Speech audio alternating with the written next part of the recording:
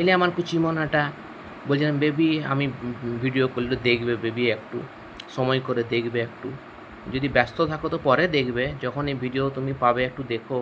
সেই অভিমান করে তুমি ভিডিওগুলো দেখছো না। কালকে একটা কি সুন্দর কীর্তনের ভিডিও আপলোড করেছিলাম, ভাবলাম তোমাকে দেখাবো একটু ঠাকুরের কীর্তন কেমন হয়। তোমাদের ওখানে তো এরকম কীর্তন হয় না, কেমন কীর্তনে তোমাকে দেখাবো, তুমি দেখলেই না।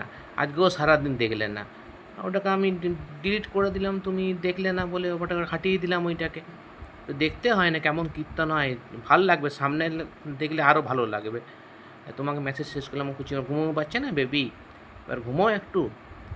আসলে আমারও খাবার আজকে রুচিটা কমে গেছে, গরমের জন্যই হয়তো বেশি খেতে পাচ্ছি না, বুঝতে পারলে খাবার অনেক কমে গেছে। শরীরের কোনো ব্যাপার নয়, কিন্তু খাবারে অতটা রুচি নেই। তোমার রুচি আছে তো, খাওয়া দাওয়া ঠিক করে করবে সোনা। আর কি বলবো, আর তো কিছু বলার নেই, মেসেজ তো করলাম 1 ঘন্টার ওপর, আবার কালকে করব ভিডিও। আর যদি ভিডিও যদি একটু দেরি হয় আপলোড করতে, সন্ধ্যার যদি 9টা 10টা বেজে যায়, কিছু মনে করো, অনেক সময় ঘুমতে উঠতে দেরি হয়ে যায় বা আপলোড করতে পারি না, কারণ কিছু কাজ থাকে, বুঝতে পারলে। তো অভিমান করো না সোনা, ভিডিওটা দেখবে।